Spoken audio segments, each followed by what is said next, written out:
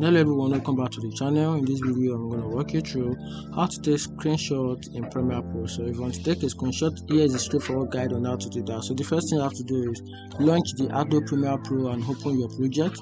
After that, move your playhead in the program or in the program monitor to the frame you want to capture. After that, in the tools bar, click on the camera icon or press on your keyboard the export frame dialog box.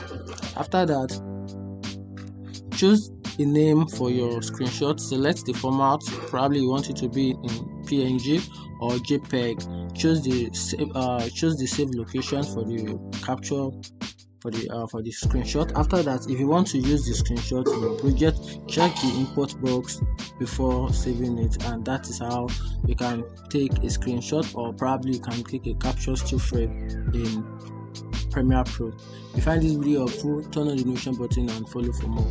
Thank you.